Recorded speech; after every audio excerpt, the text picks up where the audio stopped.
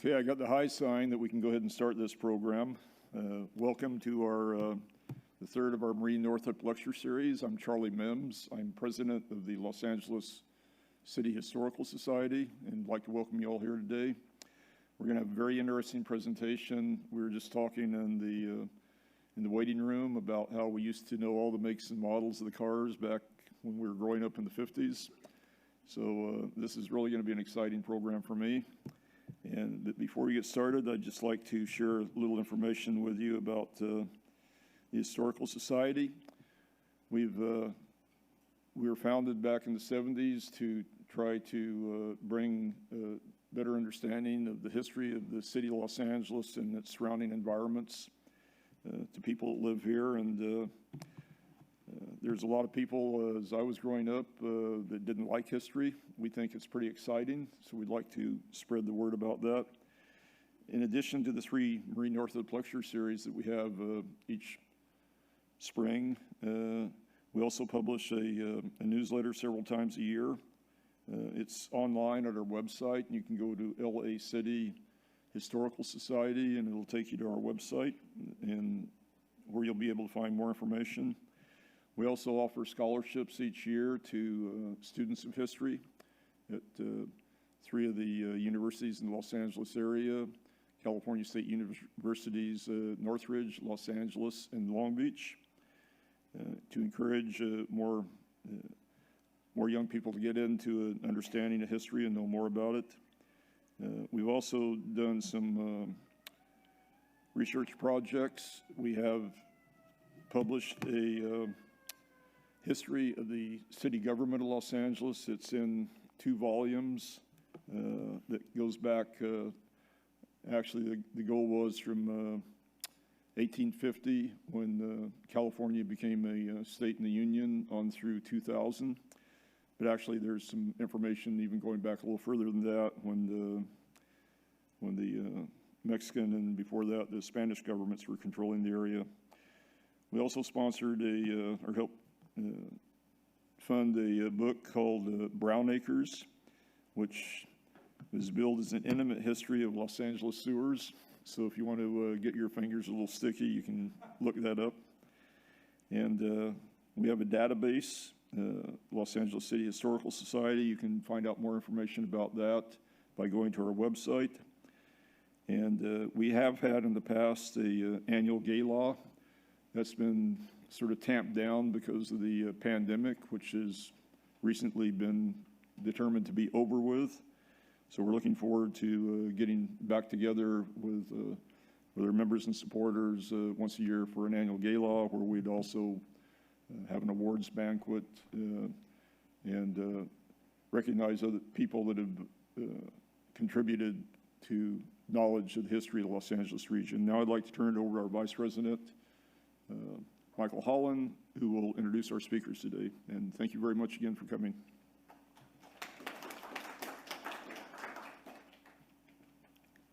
Thank you, Charlie.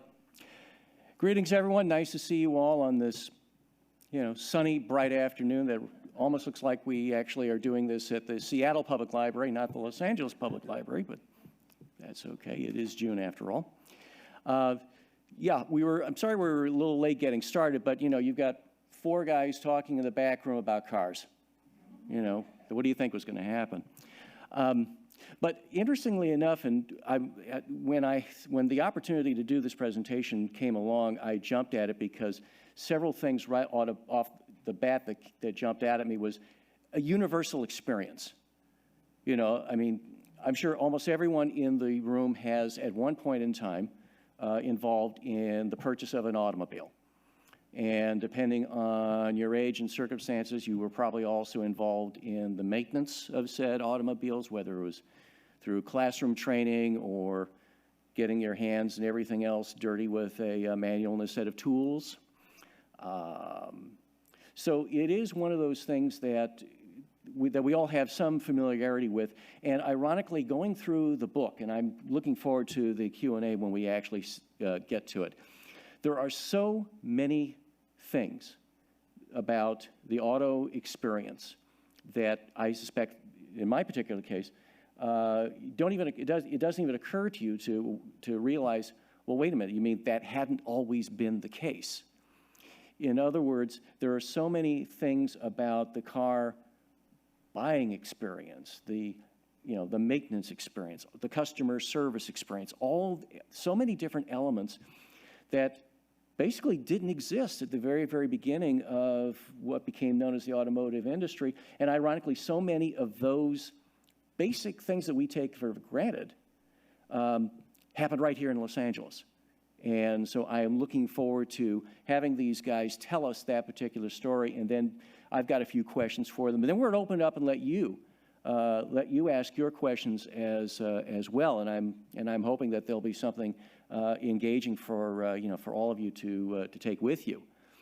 And so without any further ado, I'm going to go ahead and turn it over to our speakers. But one clarification that does need to be made. On our website, and I think it's probably in the current newsletter, there is a notice of the next public tour of the city archives that I conduct several times a year. Right now, the date, which I believe is still listed, is July 29. Unfortunately, that date is not going to work, and so that date will be changed to July 22nd if you are interested in signing up for that. So we'll be making a change to the website and our social media to reflect that change. And so just wanted to make sure that, if someone was thinking this would be a great thing to do, and I personally think it is, it's actually going to be on a different day. So what we'll do is we will have Darryl and Stephen go through their parts of the presentation. The three of us will then sit down, and then we'll have a Q&A, and then Charlie will be the man with the microphone who will basically go from this side to that side and up there and over there if you have questions. So be sure to, raise your hand at the appropriate time, and you'll get the mic. All right. So without any further ado, I'm going to turn it over to our speakers today, Darryl Holter and Stephen G.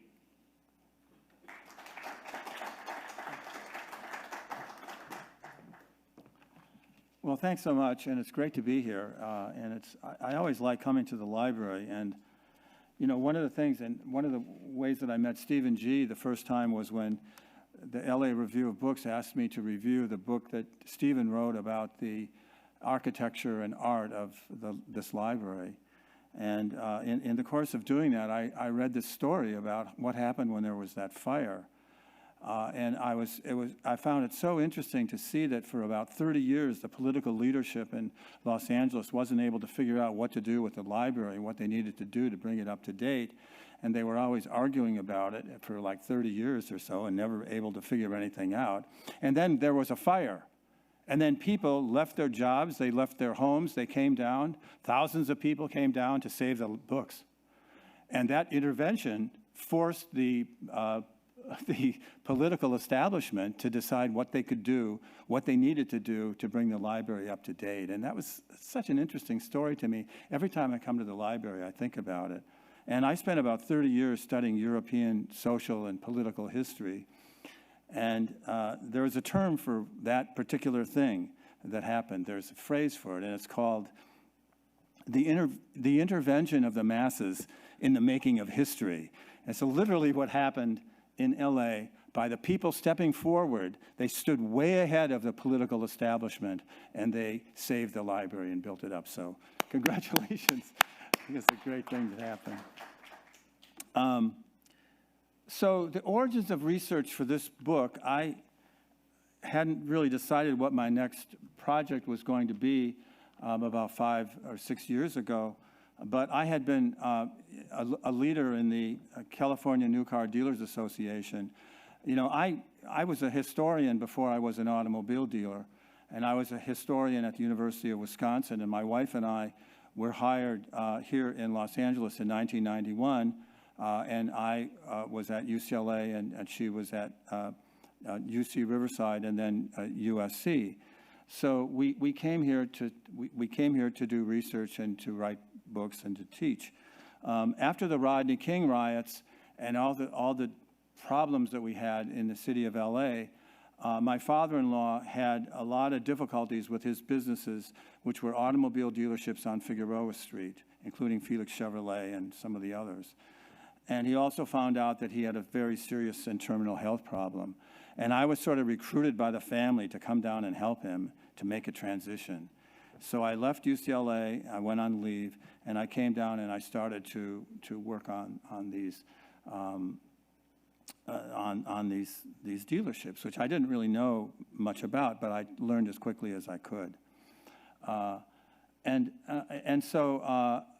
I became a leader in the California New Car Dealers Association, and I was the chairman for several years, and I did a lot of the lobbying in Sacramento. And one day I was contacted, and I was told by the staff in Sacramento that they had found a bunch of old boxes of stuff. And this stuff they were going to throw away because it looked really old and we didn't need it. And someone said, you better check with Darryl because he's a historian. So I went up to Sacramento and I looked at it, and what I found was the minutes of the meeting of the Motor Car Dealers Association of Los Angeles, 1905 to 1920, the minutes of their meetings, and all the reports on the auto show, which was started by the dealers in 1907, from 1907 into the 20s and into the 30s, plus a lot of photos and other things. This collection was so strong that it's exactly what historians are looking for. They're looking for primary documents, and those were the primary documents. And so that laid the basis for what this book is. I went out and started to work on the project. A couple of the questions that are out there is why did Los Angeles become a city of cars, and how did Los Angeles become a city of cars? We're not going to talk about it a lot today in terms of why, but a lot of it has to do with the climate, the geography, the population, Hollywood, a number of other things. But the climate is particularly important because in 1900 you could still drive a car most of the time, most of the year here, and you couldn't do that in most of the rest of the country. That meant that you could sell cars during that period of time too. And so those advantages were really important to LA. But how this actually happened is a more complicated question. And what I found was that local entrepreneurs found ways to merchandise automobiles at a time when people thought that cars were a fad and that they were going to go away. And what we find is that it's a very interesting thing that the chronology of the development of the city of Los Angeles and the development of the automobile are the same exact time. They start out as both infants in 1900, and they end up being teenagers in 1915, and they kind of grow up together, and the two developments are intertwined with each other.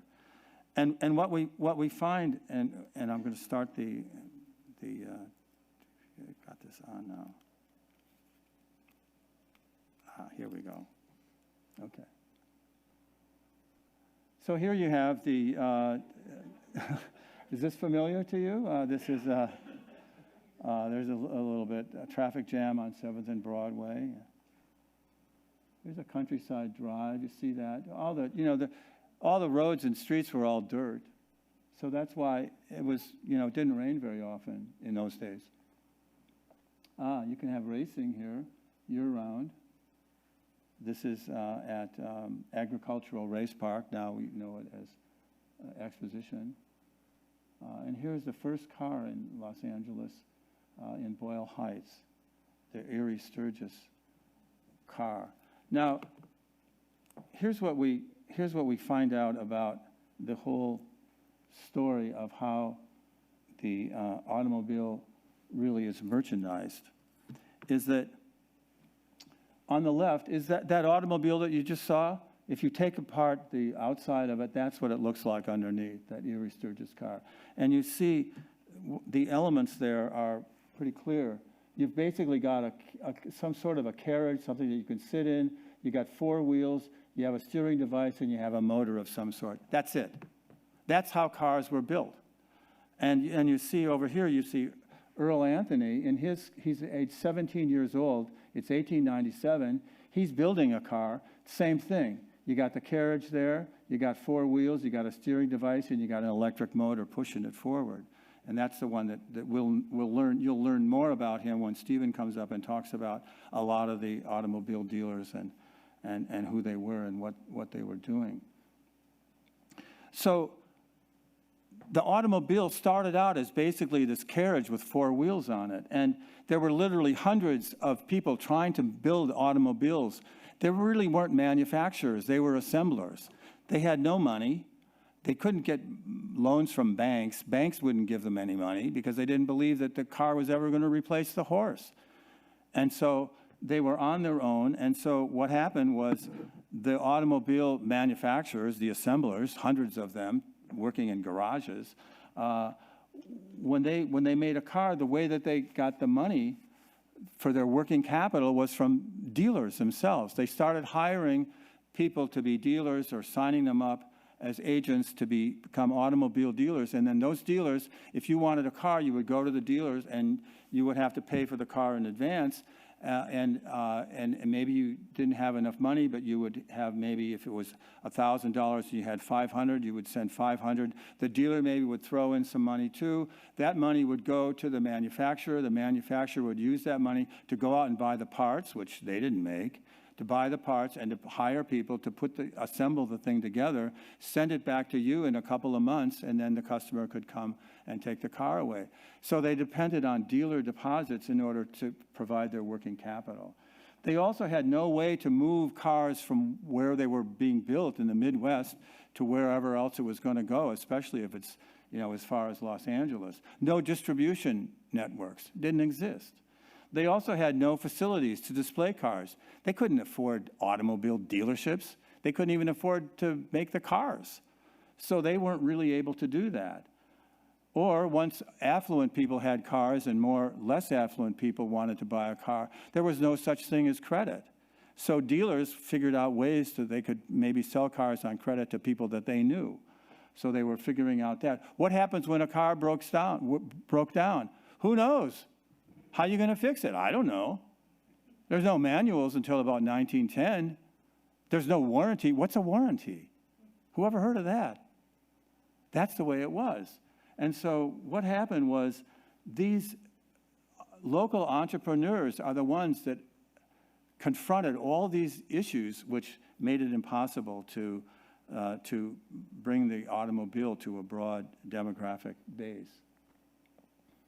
And here is Ralph Hamlin, who we'll hear a lot more about. His automobile, he started out, we'll see how he started out, and he ends up as the most successful Franklin dealer in the nation. And his dealership was located on Flower Street, about 5 blocks from where we're sitting. And here's the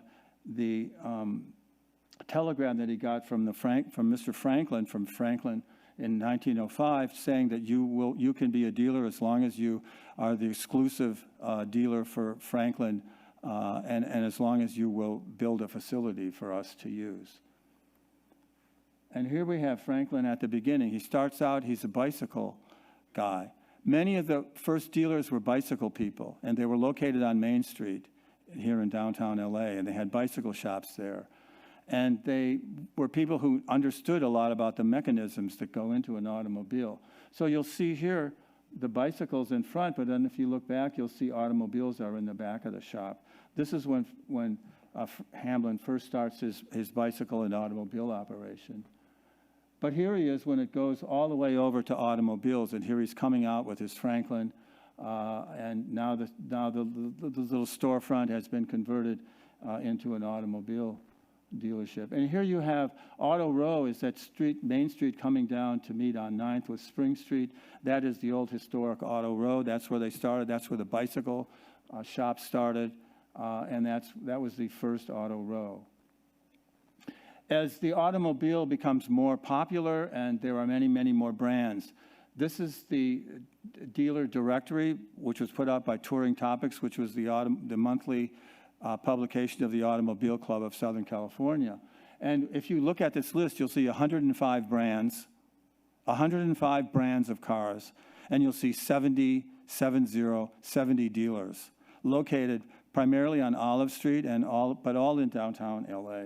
That's what it was like in 1910. All kinds of manufacturers, cars you've never heard of, anymore. But they were all trying to become cars. They were all competing to become the major automobile. And here you see as the auto row moves over to Olive Street, and you see the way the cars are parked. You know, they've got them all jammed in here. The dealerships need more space. There's a new model coming out. The initial, when they were on Main Street, they usually only had one car on display, and that car was called a demonstrator. When a new model came out, they would have to add another car. Now they need more space. And increasingly, they're always pushing.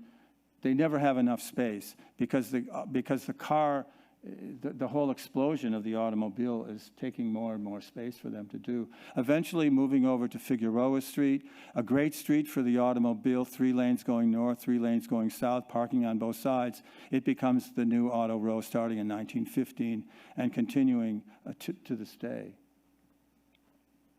And here you see Figueroa Street looking north from just south of Venice around this period of time too in the 1920s. And here you see, if you want to see what one of these really nice automobile dealerships, they get bigger and bigger. They get, you know, they need more space. They got service issues to deal with. They got a parts department. They got to deal with used cars. And they start to build much, much bigger facilities. So you see a lot of these luxury buildings, particularly for the cars, like the Chandler Automobile is one of them. If you want to see what this looks like, go to the Palm Restaurant down on Flower Street and 11th. And you'll see what the Chandler Automobile dealership looked like when it was built in 1926. It went out of business during the Depression, as, of course, many of the cars did. But that gives you a sense of how beautiful some of those dealerships were. So that in 1927, there were 126 new and used dealerships in Los Angeles, almost all in downtown LA. But of course, a lot of people couldn't afford a Chandler automobile. That was a luxury automobile. And in order to appeal to more less affluent people, the automobile dealers began to find ways that they could sell cars on credit. The manufacturers didn't do this. The banks didn't do it. They didn't believe in it. They thought it was a bad idea to sell cars on credit. They had been burned by the bicycle revolution of the 1890s, when a lot of people bought bikes and didn't pay for them, bought them on credit, didn't pay for them, and they never were able to get them back. And so there was a real antipathy to selling cars on credit. But the way this would work would be, you know, a customer would come in to buy a car, and you had to pay for the car in advance, as I mentioned earlier. Well, the customer didn't have enough to pay for the whole car. And so the dealer might say, he might know the customer. Frequently, they would know each other. Okay, I know you. You give me $500. We'll send that in for the dealer deposit. And then I'll send the rest of it to the manufacturer so the dealer can make the car. And then your down payment, you'll give me your down payment. And then what I'll do is I'll do 2 promissory notes for 30 days and 60 days, and you'll pay off the balance to me. This worked very well when it's your friend. But as it became more widespread, it was a lot more difficult for the dealers. But they were the ones who were trying to figure out how to do the selling cars on credit. And here's an organization that was started by the dealers in 1913 to begin to sell cars on credit. And it was quite successful here in Los Angeles. And a lot of people bought their cars on credit. And it's only in 1919 that GMAC, General Motors Acceptance Corporation, gets totally into consumer credit for automobiles. So there's that 6-year period between what the dealers were doing in 1913 and what the manufacturers started doing in 1919. And so selling cars on credit becomes extremely important, so that by 1925, something like 70% of all new and used cars sold in America were sold on a credit basis. In Southern California, it's 85%. So people were even more daring around automobile credit here than they were in many of the other states. What about service? What happens when someone has a problem with their car? At first, when they would come in with a problem with their car, the dealer would say, well, we just sell cars. There's a guy down the street, he advertises that maybe he can fix your car for you. Well, this doesn't work very well. Here's a few others. They're all growing up around Auto Row. But of course, this creates a real problem because the customer wants to get their car fixed. And fixing a car without knowing how to fix it is pretty difficult. I mean, I remember growing up and dealing with a lot of cars, and when something would happen to the car, what do? You start taking it apart to see if you can find out what's wrong with it. You don't know. And so you're sort of experimenting until you have, the books that tell you actually how to do it. And of course, this is before there are any warranties. So the dealers at first, they don't really know how to deal with this problem, but they start to deal with it because they know they have to. Because they know that in order to keep a customer that they've sold a car to, for that customer to come back again, they're going to have to take care of them in the service department. So now they start expanding and getting bigger and bigger because now they've got a service department. And they need to have that service department to take care of their customers. And here you have Ralph Hamlin. Remember that little bicycle shop he had? Now here's his shop down on Flower Street, and you'll see his service department, all those cars in that building working on the cars, because the dealers understand that what you have to do to retain the customer, you have to provide service for them, and then they will come back and buy their next new car from you too. It's called retention, and it's what my father-in-law talked to me about. He said, Darryl, you meet them in the front, you keep them in the back. You meet the customer when you sell the customer a car. You take care of them in the service department, take care of all their needs, and then they will come back for their next new car. And that's kind of the mantra that they learned. And then you have to have a parts department and accessories departments. And now people, by this time, 1915 or so, people are starting to work on their cars themselves. So they're starting to go in and buy some of their parts from an accessory place at an automobile dealership. But again, you need more space in order to do that. Or in your service department, if you're at Felix Chevrolet, which is close to my heart, then you would use these coupons that they would send out. And you could take these and get your tune-up, et cetera, for really nice, low prices. Now, then there's the used car issue. The used car issue at first, the first meeting, remember I told you I found those documents in 1905? What was one of the first actions that they took? They unanimously passed, these are like 8 or 9 dealers that start the organization. They unanimously passed a resolution that says, we will not take in secondhand cars. We are not secondhand car people.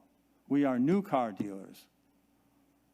Because they weren't thinking about what a secondhand car would even be like. Because cars, when they were new, they would break and fall apart and they would just throw them away because people didn't even know how to fix them. But as cars got better, then you began to have a secondhand car market. You began to have a used car market. This is very different than the new car scenario. The new car dealer had to build a facility. He had to have a service department. He had to have all these other departments. He had to pay for all these things. He had to provide the money for the working capital for the manufacturers. The used car person could just get a parking lot. In fact, this parking lot still exists, by the way, I think. But all you really need is a parking lot. You don't really need a facility per se, and so it's a lot easier to enter into that market. And so we learn a lot about the problems that the dealers faced with used cars, because remember when I showed you that directory, there were 105 brands. Okay, so now you're a new car dealer and someone brings their car, they want to buy a new car, and they say, I want to buy a car, but I've got my 1907 Tourist here, and I need to trade that. Well, you have no idea how much a Tourist is worth. You have no idea how much an Ajax is worth. You've never even maybe hardly seen one before. So how would you be able to appraise it? And then also think about this, which you probably haven't thought about. when a customer wants to buy a new car and wants to trade in the existing car that they're driving, they usually look in the paper, they look around for cars that are like theirs to establish what they think the value of it is. And then they take that value with them when they go into the dealership and they talk with the dealer and they find, this is the new car I want, and this is my used car, and I think it's worth, $10,000, because that's the way it looks like when I look at the ads in the paper or wherever. When the dealer looks at the car, he looks at it a little differently. He looks at I see it needs all new tires. Oh, I see it's got a dent over here. It's got a problem here. And this is going through his mind as what he's going to be spending on reconditioning for that car. So as a result, the way that the customer and the way that the dealer looks at the same car is, by definition, somewhat conflictual, because they can't look at it in the same way, because they're looking at it. One is in a retail way and one is in a wholesale way. So there's always a kind of a disjuncture here. And so with all these cars on the market and all these brands, the dealers never really know what their value. They don't know how much to appraise, how much discount should they provide a discount for the customer who's buying a new car. Well, here's an individual who is from Arkansas, living in a rural area, graduates from high school, and wants to come to Los Angeles because he wants to go to USC and study accounting and be an accountant and a business person.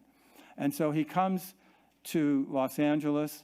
It's 1914, and he enrolls at USC, starts to study accounting, and in order to make money and live, he goes out and he goes to auto repair shops where they have cars that they've repaired the car, but no one came in to pick it up because they don't have enough money. And he would buy these cars for like $5, $10, take them away. He would paint them, he would clean them up, and he would try to sell those cars by running ads in the LA Times or some of the other newspapers. And every time he sold a car, he would write down what brand that was, what year it was, and how much he was able to sell it for. And he would keep track of all this data because he was an accounting student. And so as time goes on, he takes this list of all these cars, of all these prices, and he takes it down to all the dealers in downtown on Figueroa and Flower Street. And he says, hey, here's my list of cars. I'll buy these cars for you. I'm showing them to all the dealers. It's the same documents, same numbers. If you've got an Ajax, I'll buy it for X amount of money. Whatever it is, if you want to sell it to me. They like that because they're all in the same boat. They don't have to worry about how to appraise this thing because someone's already done it for them. And so they're happy and they start sending him more and more business.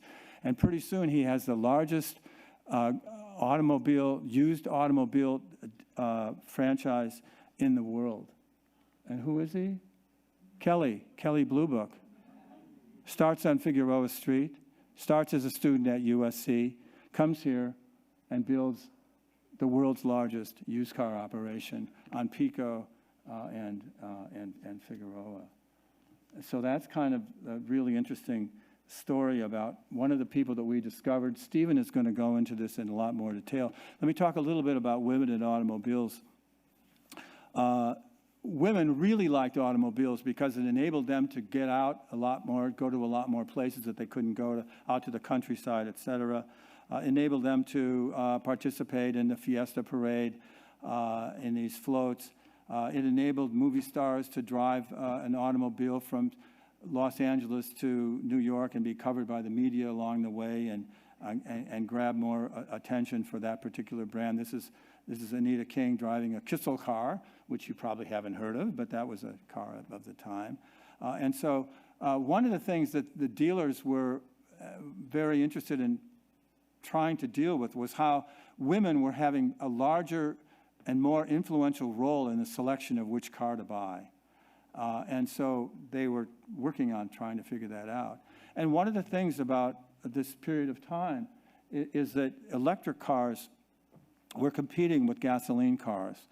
Some of the people who were writing around the turn of the century said that electric cars will be the car of the future. That'll be the way that it'll go. All they have to do is have a battery that will last for a long distance. and it's taken them a long time to really get to that point. But take a look at this 1902 ad for a Studebaker, and notice that it's a Studebaker electric car. And notice who's behind the wheel. Well, it's not really a wheel, but who's behind it? It's a lady driving and another lady next to her, and they're driving down the street. And in the ad, it talks about how it's such a safe and worthy and what a nice car. And why do you think women were so attracted to electric cars? Any ideas from anyone? Yes? You didn't have to crank them. Yeah, right. Cranking. Anybody ever cranked a car? Yeah, I've done it. It's very hard because you're cranking the entire engine. And women, by and large, didn't do it. But electric cars, all you had to do was turn a switch. But there are other elements, too. That you see that that the electric automobiles were competing with the gas automobiles. And when Edward Doheny discovered oil in Mexico and in Texas, and the price of gasoline dropped greatly, and that gave a great competitive advantage to the gasoline-powered manufacturers. And the electric companies wanted to compete. And one of the things they said was that, look, women like our cars, so let's do things that the women want, and let's introduce those elements into cars. Well, what did women want? Well, what they wanted was what they didn't have. Because look at what they don't have here. They don't have a windshield. What's going to happen to their hats? Their hats are going to blow away. They don't want that. So, and what about this? So you begin to see, this is 1902, this is 1912. Here's another electric car, and look at the difference of it. There's a windshield. See that windshield? There's windows on the side. There's also, you can't see it, but there's a upholstered. It's upholstered in the seating. Also, notice how low it is to the ground. It's easier to get into if you've got those long dresses and gowns that they had to wear at that period of time. There's a glove compartment in it for your gloves, although we can't see that. So the electric automobiles were developing things, and they're putting a cover on the top. It was only until 1920 that roofs became standard for automobiles. Until that time, they weren't used in a lot of them because it was cheaper not to have a roof. So what begins to happen is that the electric cars break new ground with styling elements that women wanted, and the gas powered automobiles catch up with them. And basically, those elements become very important. What's interesting about it is that it was really the demands that women made that pushed the manufacturers to introduce all those elements that we take for granted. And here is another one of the people that we discovered. This is Sybil Giri, the most important female in the development of the automobile during this period of time. And I'll just say a few things about her. There's a lot more about her in the book. She comes to Los Angeles in 1909. She gets a job as a stenographer at the Automobile Club. She's a stenographer for about 4 or 5 weeks when they say, she's really smart. Let's have her be the assistant editor of the monthly journal, Touring Topics. She becomes the assistant editor of the journal for about 2 months, and the guy who's the head of the journal says, you know what, I think I'll resign and let her take it over. She's very good.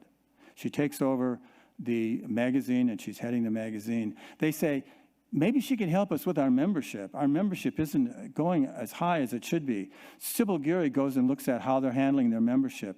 They have 2 guys sitting behind a big desk, and when you come in and ask how to get to San Diego, they say, well, you go down this road, and then you turn left here, and then go here, and do that. This is the best way to go, I think.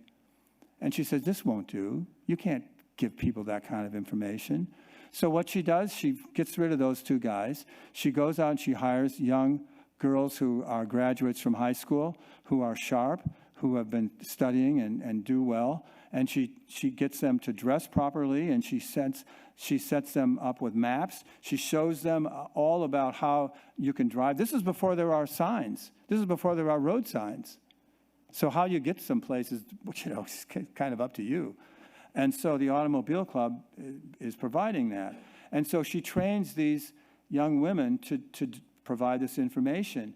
And so when people come in for directions, they get it from these young ladies. Now, who are these people coming in for directions? What are the demographics, do you think? Men, young, affluent, and they're in there, and these women, these young girls, show them exactly where to go And then they say, and sir, we noticed that you're not a dues-paying member of the Automobile Club. Okay, I'll join. Membership goes up. Sybil Giri said, let's make her the assistant secretary of the organization. Secretary is then with a capital S, like an executive director. She becomes the assistant. She's the assistant for about 6 weeks. The secretary leaves, she takes over that position. Takes on a new role, putting up road signage all around the Southern California. She leads that effort. Then they give her another, they say, you know what we need? We need a state law, an omnibus law for the automobile in the state of California. Can you do that? And she said, yes. She sets up a legislative committee. She works on this for 2 years. She draws up the bill, the omnibus bill for all the regulation of the automobile industry, the DMV, the driver's license, this, that, all the other things. She studies it. She draws up the legislation. She passes it by the legislation. She passes the legislation in 1913. She has a nervous breakdown. She comes back to LA. She trips, she breaks her ankle. She resigns her position. We don't know too much more about Sybil Giri. We know that her mother came to live with her in LA. We know her mother was hit by a car and was, or a truck on the intersection of Vermont and Jefferson and was killed. We know she moved to San Francisco. We know she was married. We know that she died at the age 55 in San Diego. She's one of the really interesting people that you'll see in the book. The book is full of interesting people, and I'm going to turn it over to Stephen now, who's going to talk about a lot of the people that we discovered and how important they were in really making the automobile something which is no longer a fad, but no longer a luxury, but a necessity. So with that, let me bring up Stephen. Sorry for talking so much. No problem. Well, who were these automobile pioneers that convinced us we needed a car? I'll begin with William K. Cowan, the city's first automobile dealer. He was born in a log cabin in Greenfield, Missouri, came to Los Angeles with the intention of being a jeweler. He was hired at the Rambler bicycle store that he would later own and manage. He was on the streets one day, saw one of the first horseless carriages in Los Angeles, and he said to his relatives, if I can ever get my hands on one of those things, I'm going to sell them right here. In April of 1899, he did exactly that. He completed his and the city's first automobile sale. He sold a Waverly electric runabout to a local resident, Stephen H. Hall. Here you see Cowan's facility on 5th Street. You see he's selling bicycles and cars before graduating to just selling cars. Here you see Cowan on Spring Street, sat in a Waverly electric runabout, similar to that car that he completed the first sale in 1899. Cowan is a pretty interesting guy. In 1907, along with his wife Martha, they're driving in Pasadena, and they're pulled over by 2 bicycle policemen. They said, you're going 14 miles an hour in a 12-mile-an-hour zone. I'm still not quite sure how they figured that out when they're on a bicycle, but Cowan has the distinction of being the first person to ever receive a speeding ticket in Pasadena. Now, Ignacio De Valle grew up in one of California's most prominent families. He was raised in Rancho Camulus in Ventura County, made famous in Helen Hunt Jackson's novel Ramona as the fictional Merino Ranch. He spoke French, Spanish, German, worked as a customs agent before he entered the automobile business as a retailer for brush. Brush cars were advertised for selling for less than the cost of a horse. It cost you less money to have a brush car than it cost you to have a horse in your stable. They were renowned for their fuel efficiency, and in 1911, De Valle sets a record for driving 48 miles on a single gallon of gas. Now, perhaps the most famous automobile dealer in this book is Earl C. Anthony. Born in Washington, Illinois in 1890, comes to Los Angeles, in 1880, comes to Los Angeles in 1890, attends Los Angeles High School. A passion for electrical engineering leads him to design one of the city's first automobiles. He was also involved in one of the city's first automobile accidents. He crashed this car on the old Beaudry Street Hill. He went up to Berkeley, where he studied electrical engineering, came back from Berkeley, goes into the car business with his father, Charles.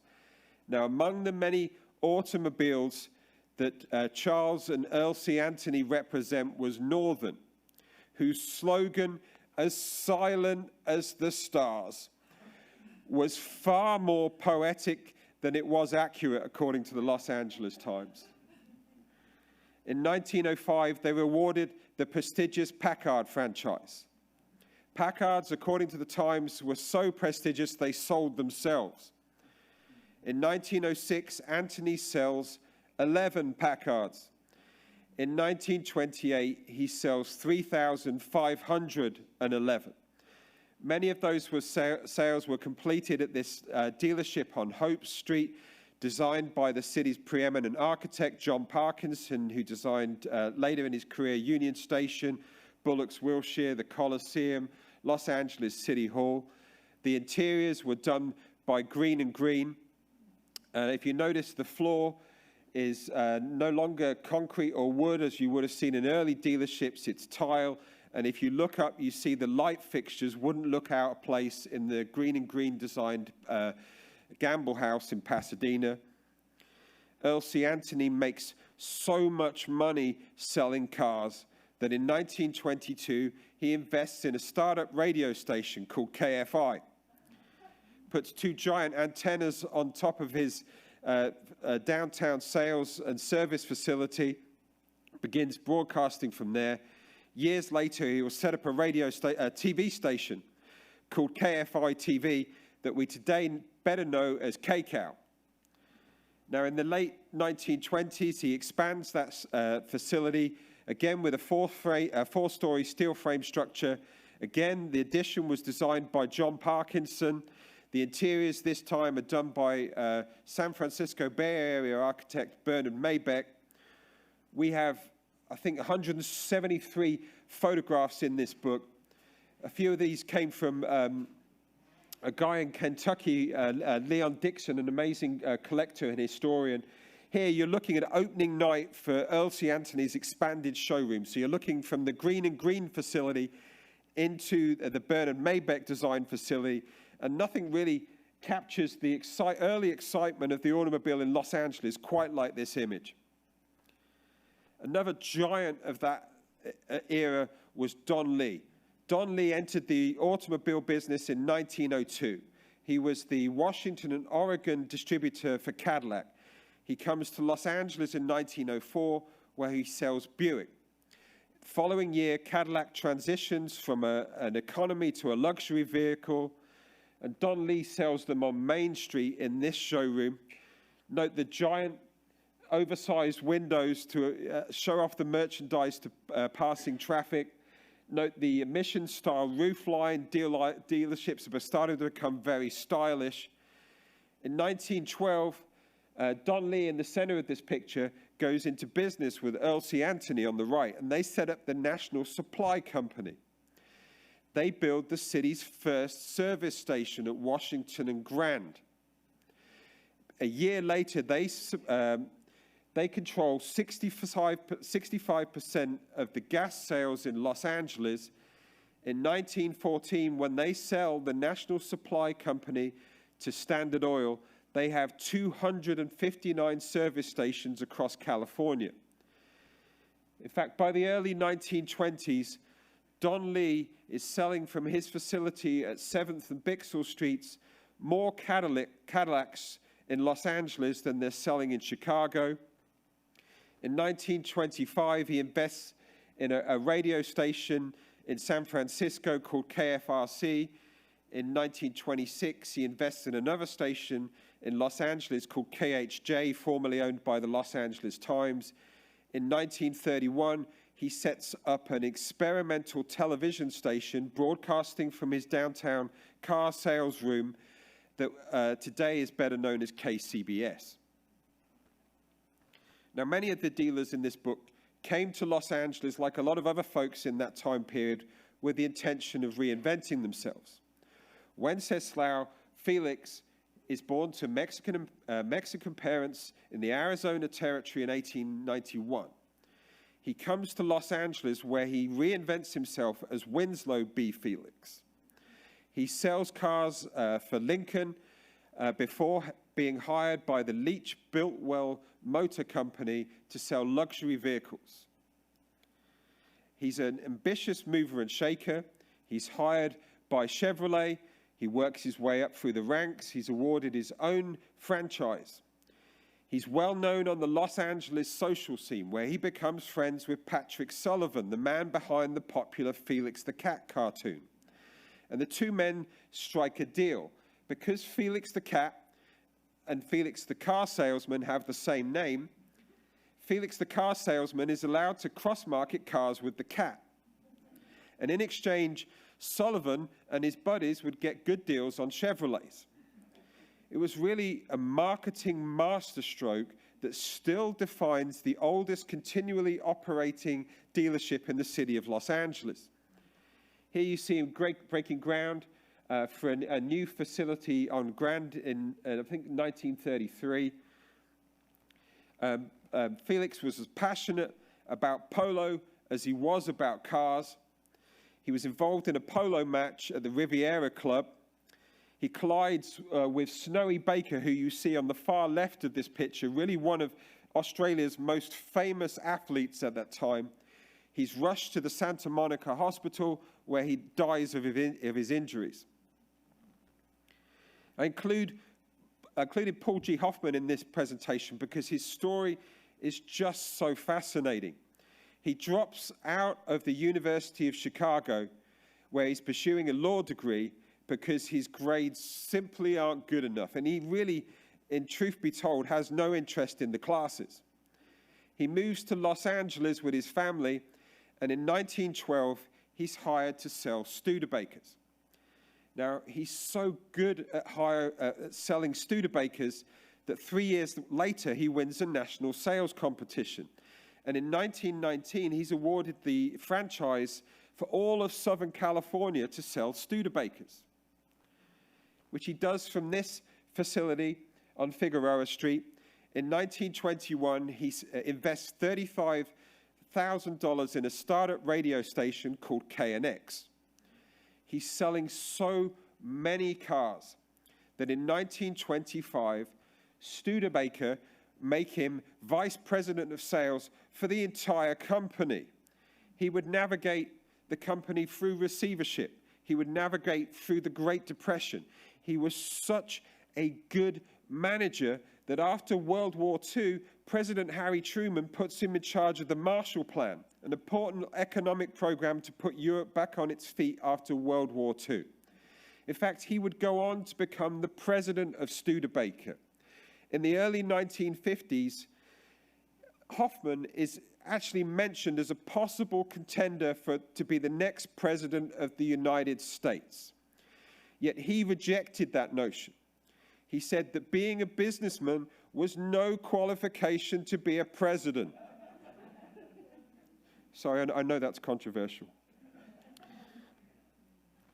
Which brings us to James Cromwell, the last dealer in this presentation, really the dean of early Los Angeles automobile salesmen. He managed companies that sold cars before he sold cars, and he sold Maxwell cars on Olive Street. It was a job that he combined with his other job. His other job was president of the Los Angeles City Council.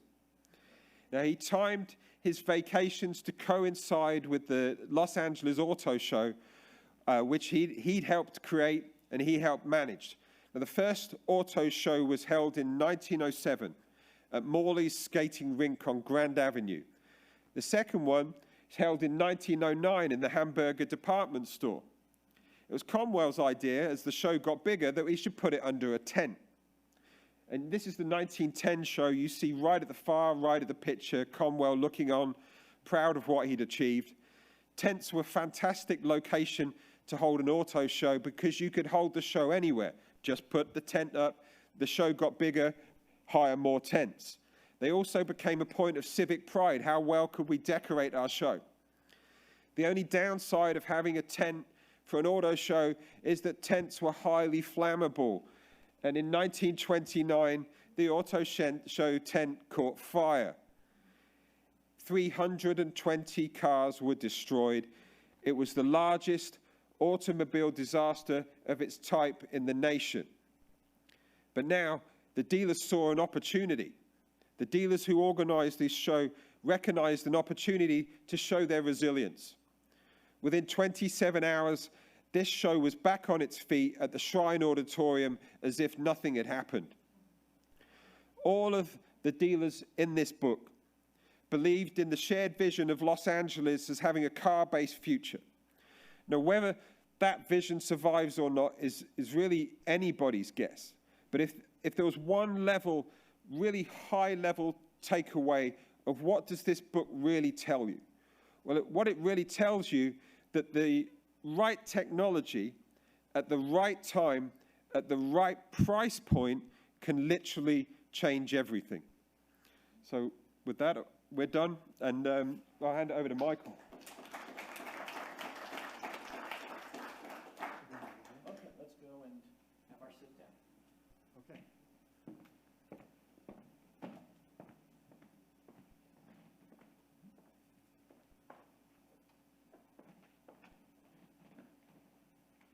We all have our working mics. Are they all working?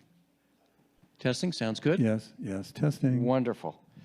All right, so as I said, the book's a fun read. It really, really is. And again, getting back to what I mentioned earlier, there's so many things growing up in Southern California and, being part of the car culture. It was just amazing to me that so many of the things that I always took for granted didn't exist at the very beginning. And so it was wonderful to read all this. Although the first question I've got for you guys, the very first question is, why does the book stop at 1930? I mean, was it a question of you had to get the book done? Because this book, to me, is screaming for a sequel. So who wants to take that one? It's a really good question. It's something that, that I did think a lot about.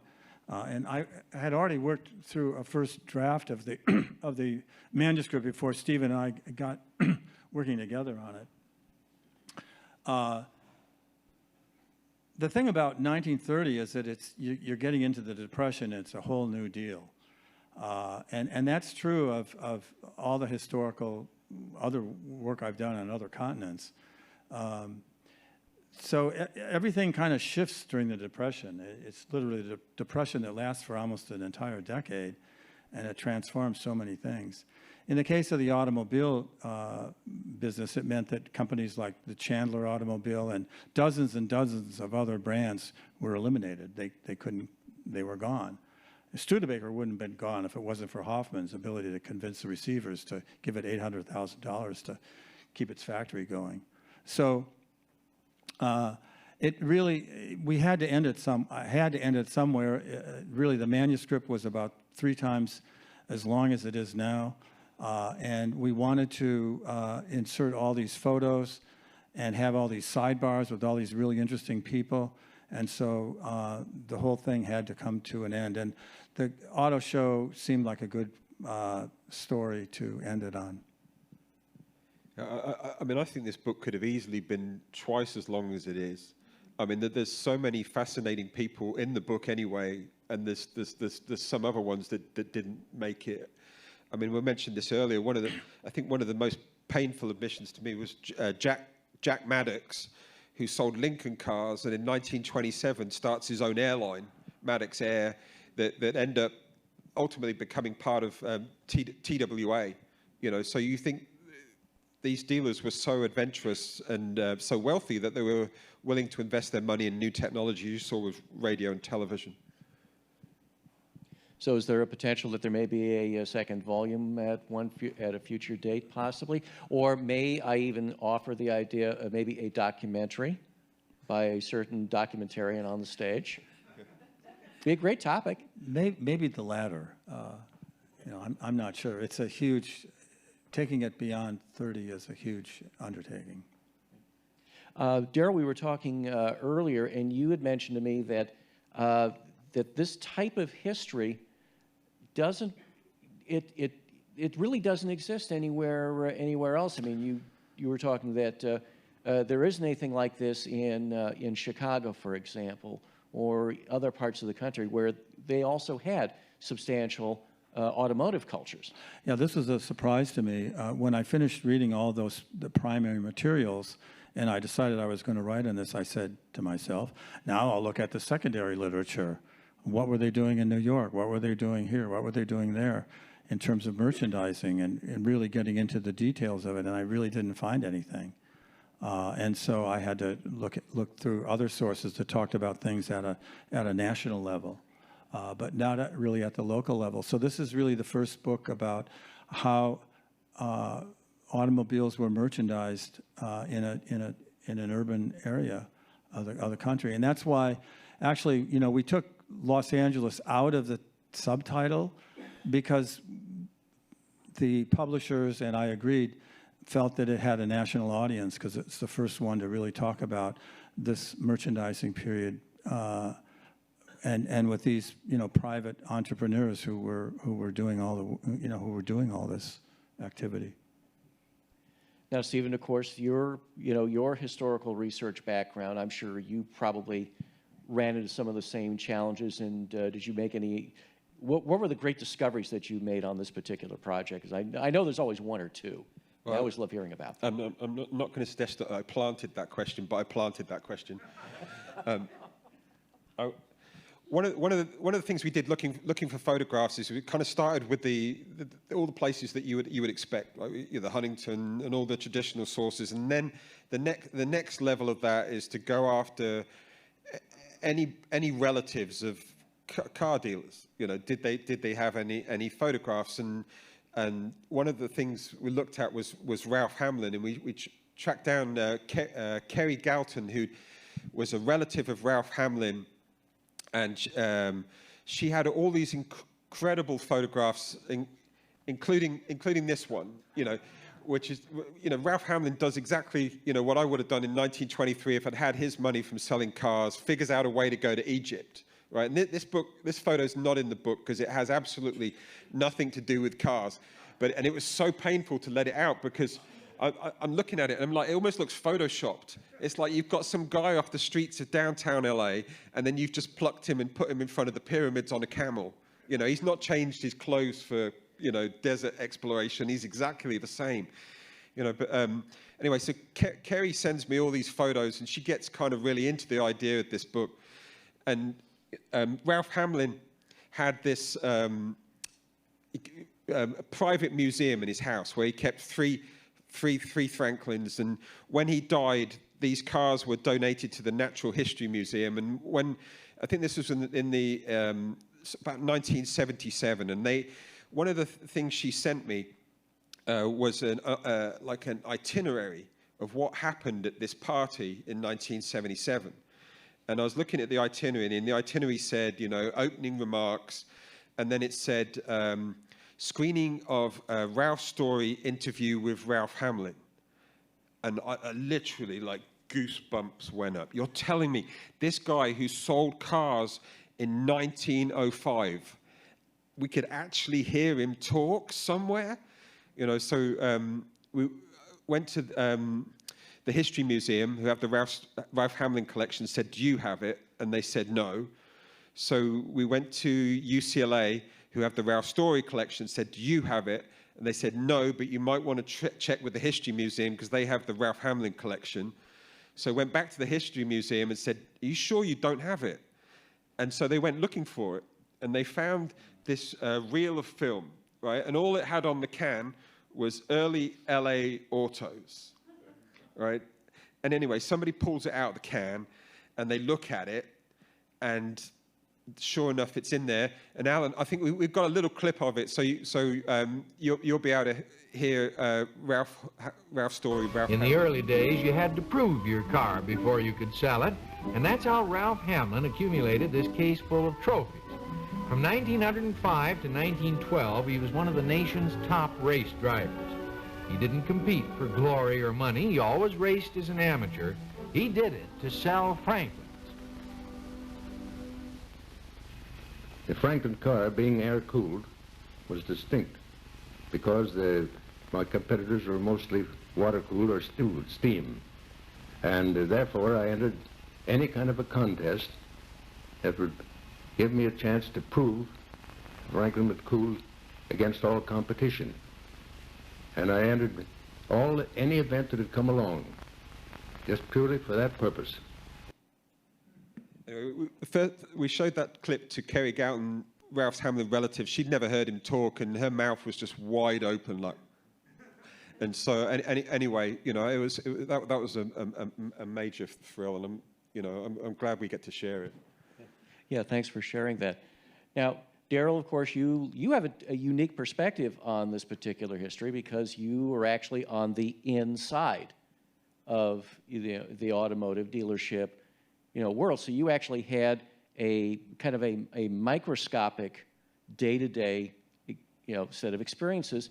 So when you actually stepped out to look at the larger world, macroscope of the automotive developments in Southern California, what were the discoveries that you were making? How did that change the way you see, yourself in the auto world? This was a really interesting experience for me because, I didn't start out to be involved in this. I really did it as really for the family when we had all those problems, particularly after the Rodney King issues.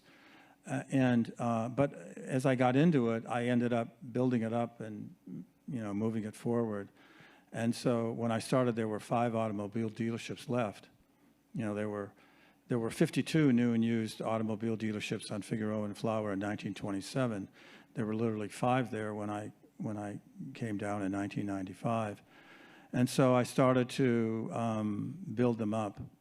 And we built the new Volkswagen, a new Porsche, a new Audi, built the new Mercedes, bought the Toyota store, moved it, built a new one, worked on the Nissan store and Felix Chevrolet, and then began to, we organized the business improvement district of all the 105 property owners to make the area clean and safe and good for investment, and other dealerships started coming in.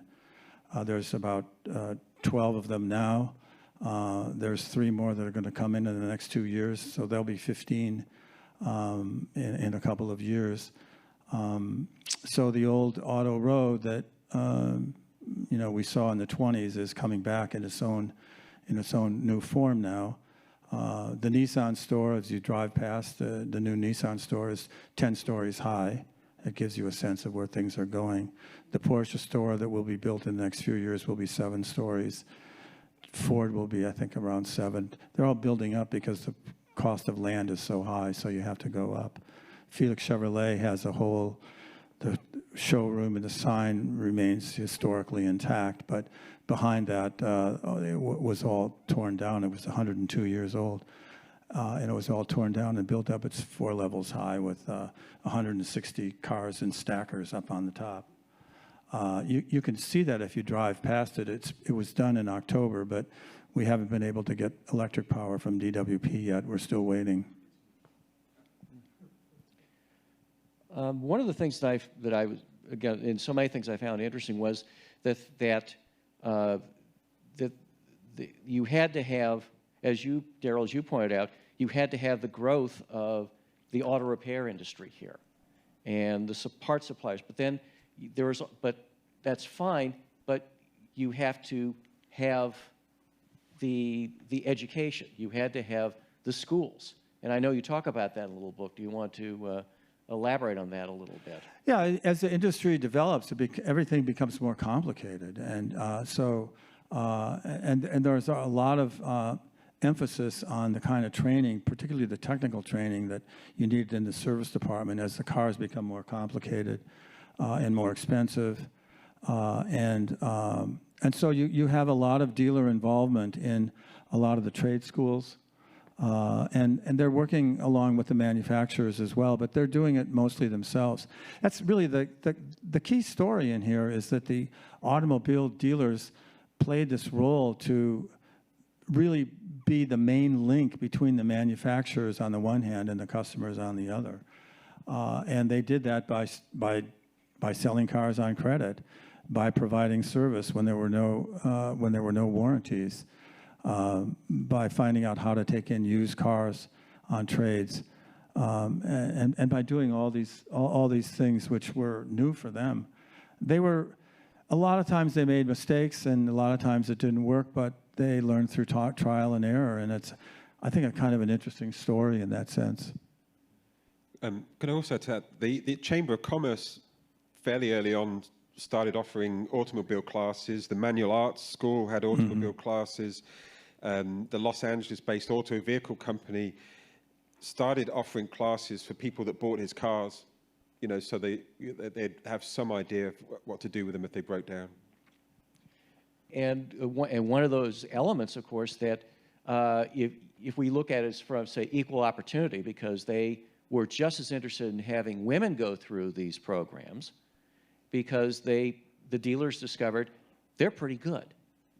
And that's, you know, kind of something that you would really have to stop and think about. Any comments on that? Well, that's what you particularly see during World War I. You know, when a lot of the guys are off fighting overseas, that you know, women became mechanics, took over a lot of the delivery jobs, you know, transporting soldiers. I mean, really just took control of all those automotive positions, everything. So. But I would say that this is always a problem that is not really having the kind of improvement that you'd like to make with respect to women in the industry is not as good as you would really like to see it to be. However, it has changed quite a bit. I'll just give you a couple of examples. In the case of parts managers used to be people who, you know, had been a parts manager for a long time. And they would say things like, well, I guess it's fall, we're going into the winter, so we better order more, you know, fan belts for this or that. You know, it's time for this. Maybe we better do a little of this and do a little of that and make sure we have enough of this and enough of that. The big problem in the parts department is having obsolescence parts, because they're sitting there and, you know, you paid for them and you can't sell them. And so you need to know what you have there. And the rise of the use of the computer has enabled a situation where parts managers who know how to use a computer can understand what we call phase out and phase in and phase out criteria, which means when do you order a part and when do you not order a part, and that has money on it. I mean, that's if you're fixing a car and you put the car up on the hoist and it's sitting there and you're replacing it with a part and you don't have that part, as a dealer, you're in trouble, because now you've taken up that workspace with a car on it, and you don't have the part to fix it. Where are you going to get the part?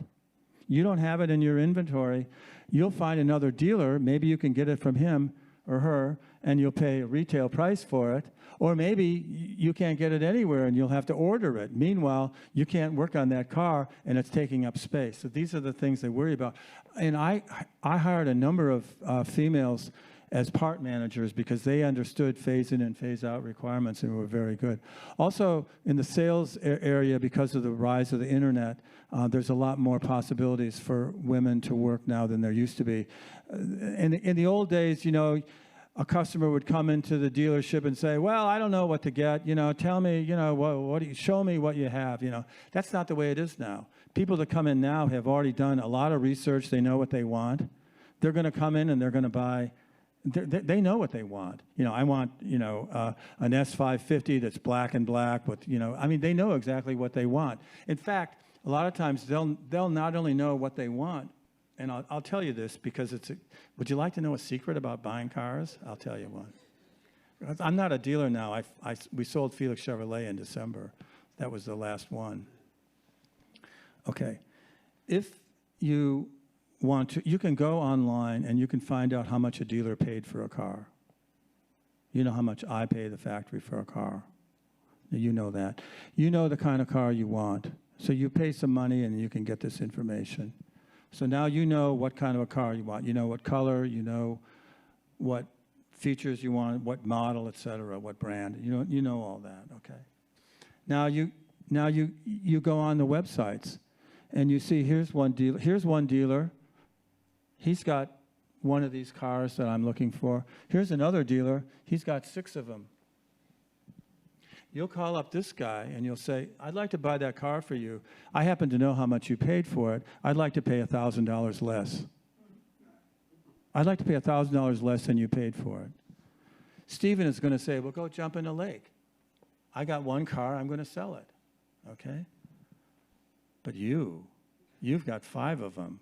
And what are those cars doing? Those cars are sitting on your lot, and you know what? You're paying for them every day. You're paying interest on those cars while they're sitting there, and you will sell that car.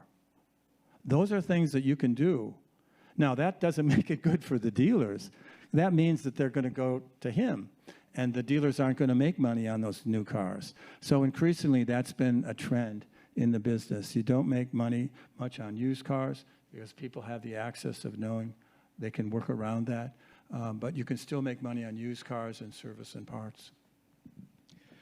But even with the rise of online dealerships, if you want to call them that, basically ways of buying cars without actually going to a dealership or very minimally going to a dealership, I mean, do you see that as a trend, or is that just something that this comes up all the time because a lot of the manufacturers, particularly the new ones, the electric ones, the smaller ones, they don't want to have any dealers. They want to go directly to the customers and sell to the customers because they don't want any middle person in between.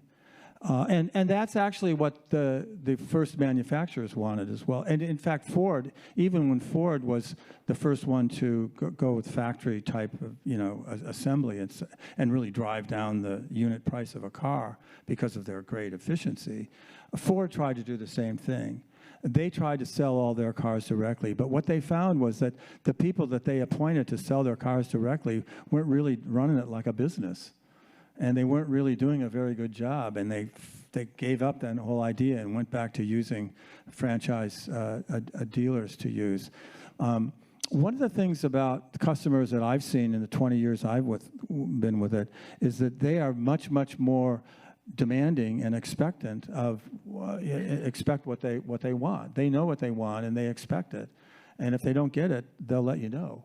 And I think that's forced good dealers to really respond to them. And my next door neighbor drives a Tesla, and when he has a problem, some guy comes over and takes a look at it and doesn't seem to really take care of it as well. So I'm not sure that when it comes to large volume, that direct sales are really going to work for the industry. I think as long as you have a large volume, you're going to need automobile dealers.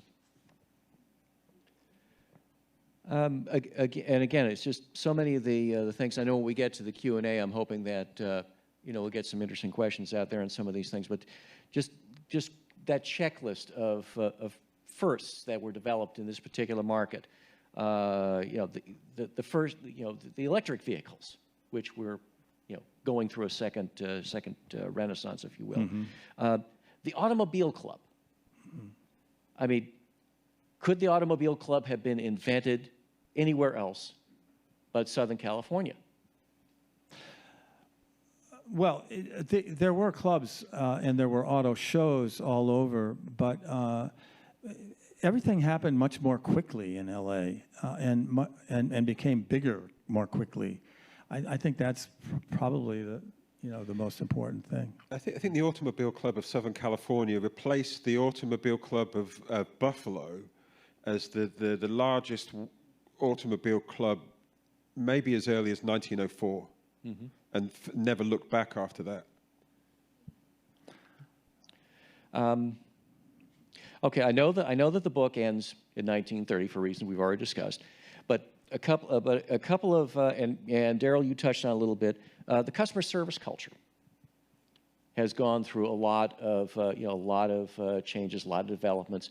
And Steve and I were talking earlier, and of the images that negative images a lot of people have is among the most dishonest, untrustworthy professions.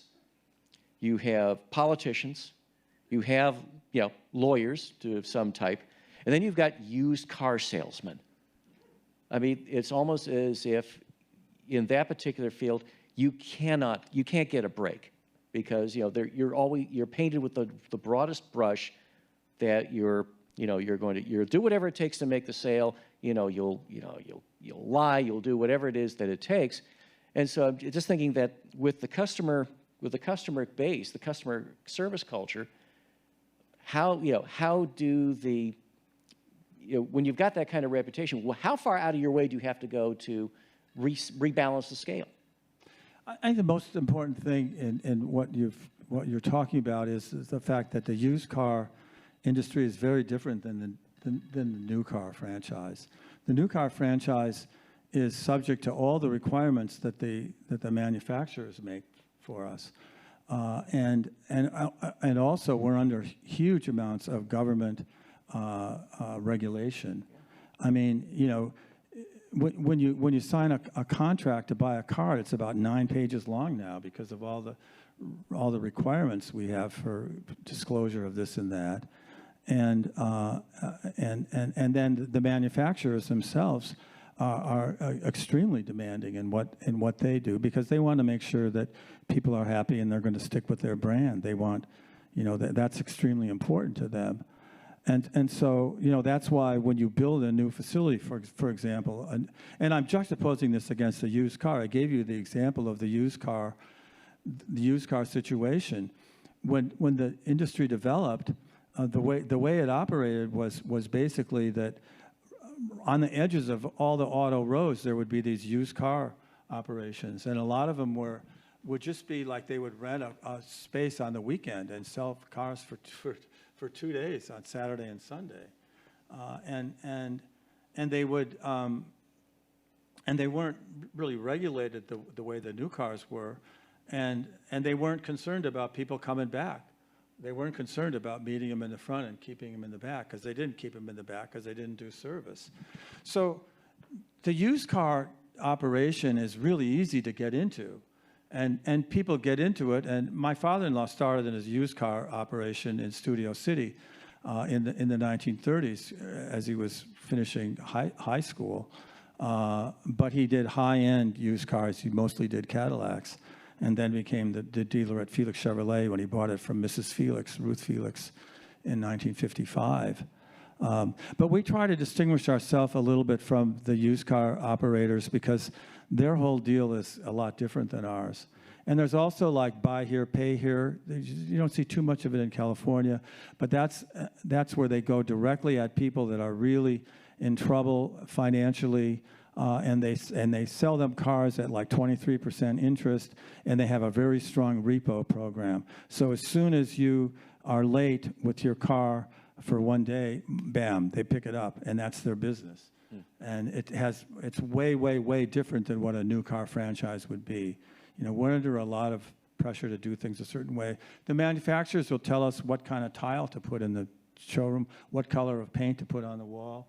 They'll tell us all the things we have to do to be compliant with their corporate image.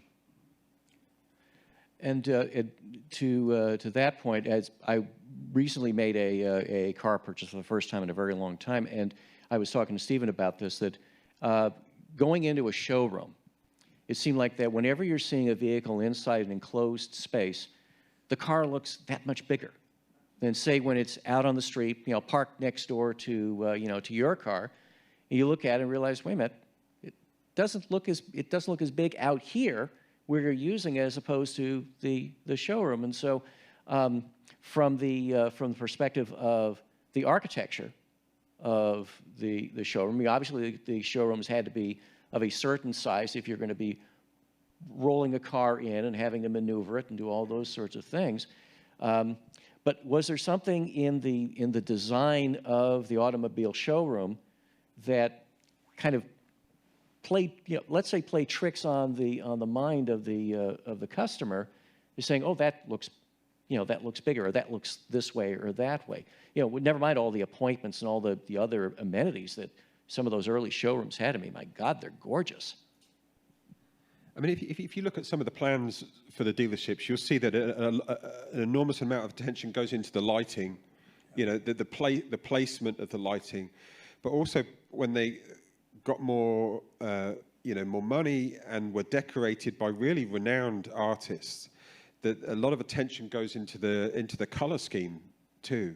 You know, I mean, they would spend absolutely hours and thousands of thousands thinking about what set of colors in our, you know, in these whatever decoration went along with it, can we choose that aren't going to clash with our cars and going to show them off to the best. And even you know, I mentioned the tile flooring. The flooring became particularly expensive too. So, I mean, that became a real science fairly early on. Yeah, well, I mean, what happened in LA was that the industry grew so quickly, the car sales grew so quickly, the demographic base became so broad so quickly that the dealers were forced to catch up all the time. They never had enough room. And they needed to go out and find local architects to work for it. So you have A.C. Martin and a whole bunch of Parkinson's ones that Stephen has worked with, and they were designing all these automobile dealerships, and they were putting a lot of money into them. In fact, sometimes they were criticized. You know, people would say, "Well, why do they build these really nice places?" Well, they built them because they wanted people to have a good experience. They also added things that they knew women liked,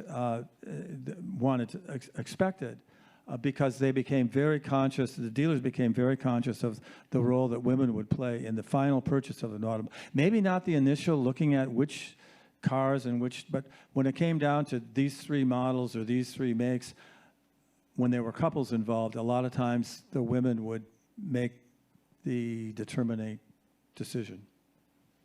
One of the dealerships that kind of sticks in my head is the Lincoln Maddox facility on Figueroa.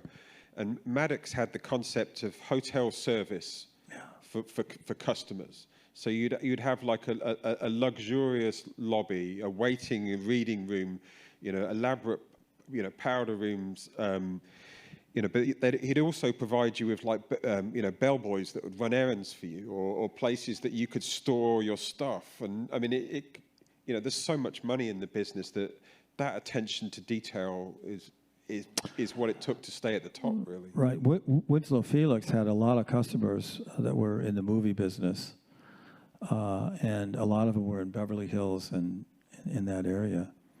And a lot of them didn't want to come downtown with their car for service. So that's okay. Winslow Felix had a three-wheel motorcycle that someone would drive out to Beverly Hills, pick up the customer's car, attach the motorcycle, drive it back to Felix Chevrolet, take care of it, drive it back with the motorcycle attached, and then handle it that way. I mean, he did those sorts of things. So there was a lot of attention to these kinds of things to retain customers. Yeah, so mobile service is, you know, something, so it's been around and it's coming back, you know, so like so many of these things. I'm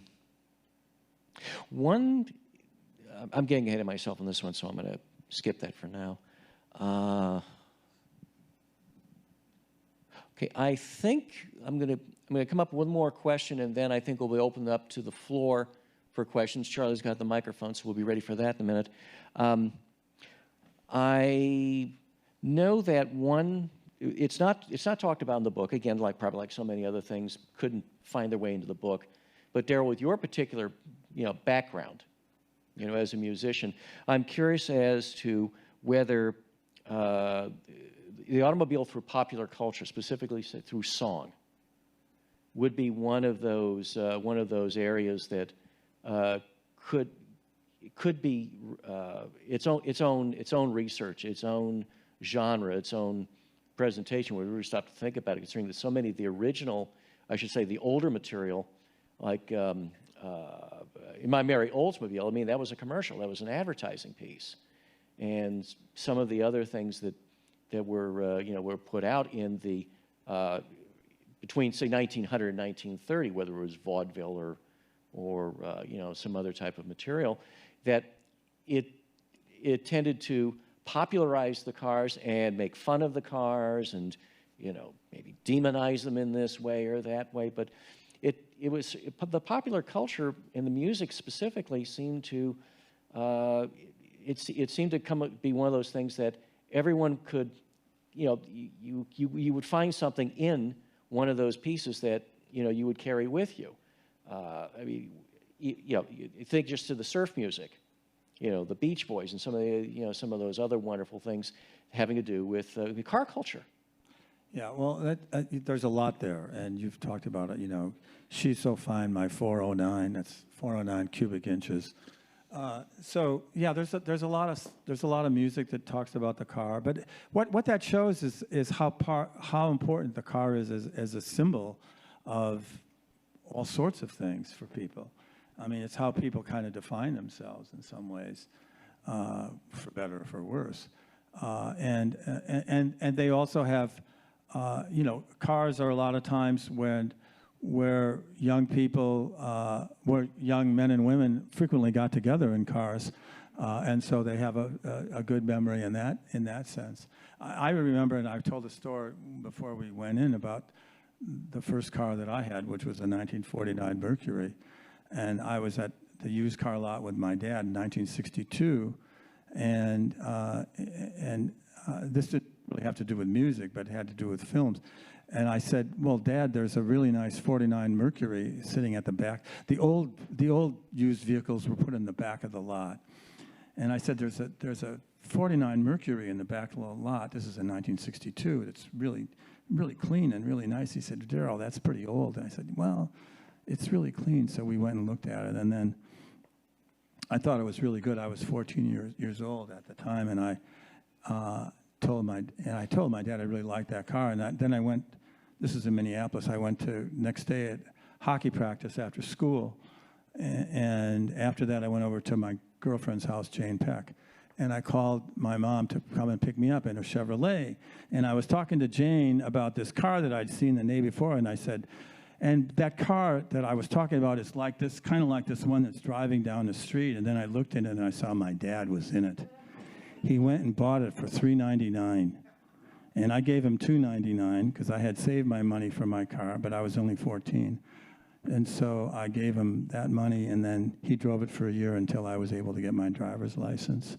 So the songs and stuff, I mean, at the close of today's event, I'm taking out this guitar that you see behind me, and I'm going to do this song called "Don't Touch My Chevy." This is a story about my 1960 Chevy, okay? And I'm going to sing it. I'm going to play that song for you while Stephen sets up the book sale next door, which is another thing to think about, the book sale. But when I wrote that song for an album that I did in, I think, 2008 or 9, I submitted it to this contest. It was sort of to win an award for this music of a song, and I thought, this song should be really competitive, but I never heard back, so I didn't win. So I don't know. All I can say is that there's a lot of songs about cars. Yeah. All right. Charlie, you've got the mic, so who's got a question? The gentleman right here in the middle. The story about Sybil is very interesting. Did the Auto Club know about her, or did you actually discover new information that was new to the club? Both. The Automobile Club did know, they knew the name, but they didn't know very much about what Sybil did.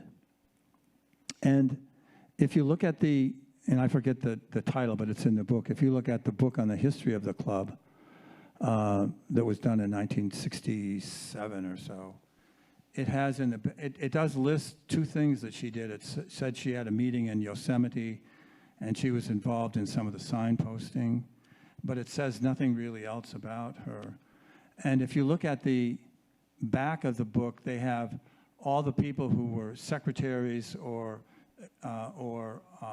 presidents or leaders in the organization over that period of time from the origins up to 1967.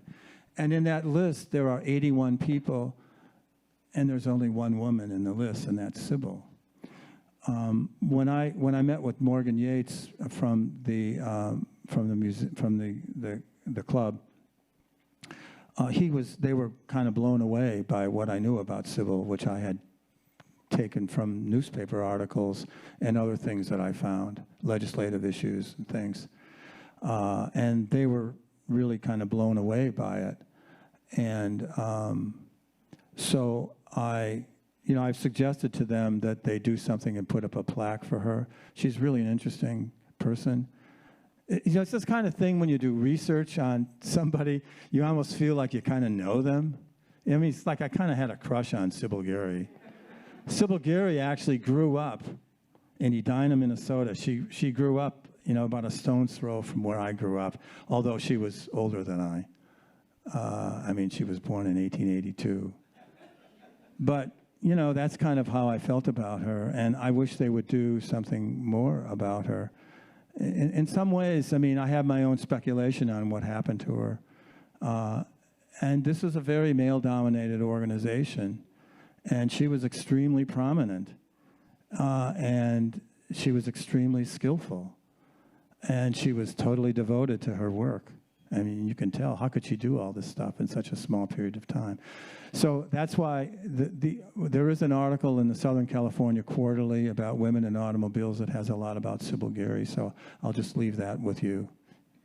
But I just want to mention one other thing that Sybil Giri did. That was she championed dedicated traffic courts for traffic offences, because she didn't think your average motorist should have to stand in line with common criminals. And she coined a term that you may have heard called jaywalker. Okay. Next question. There we go. Well, I drive up Figueroa quite often as a tour guide in buses, and I'm always noticing Automobile Row, and that the Automobile Club of Southern California is right there, part of Automobile Row, in an absolutely stunningly beautiful building. And I'm just curious about that building. And is that their original building, or how long has that been there? And how did that get placed right there by Automobile Row? Well, I think it's the 100th anniversary of that building this year. Really? And in the book, we've got pictures of, I think, at least one of the other automobile clubs. I think it moved from other locations. It was fairly modest before it got there, but that was, I think, obviously 1923. So, it's really at the height of Los Angeles development, but also the really power point of automobile sales at the same time. So, yeah, it was in 3 or 4 places before it moved to the new headquarters. Exactly 100 years, yeah.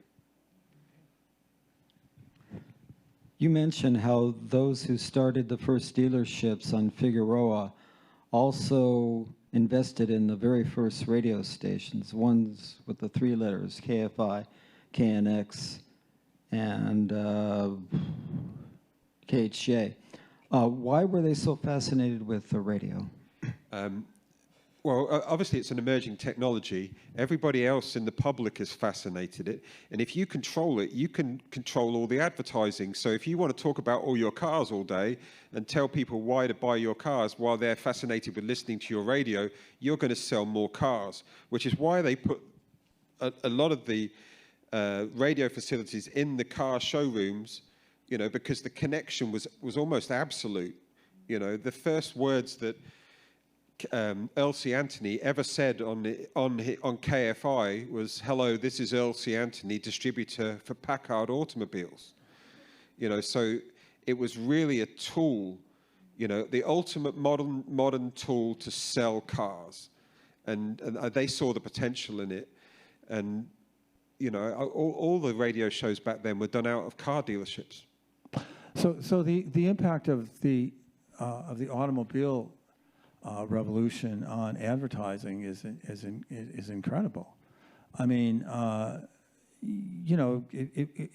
you follow this through and you start in 1900, you start to see the classified pages being full of automobile stuff. It becomes very, very important. Pretty soon there's an entire automobile page. Pretty soon there's an automobile section, and all that happens in the print media. And then, of course, it's picked up rapidly by the dealers that are involved, because they're spending a lot of money on advertising. I'm not going to go into it, but you spend huge amounts of money on advertising in this business. So the impact it was important, and I think made sense from the standpoint of selling cars.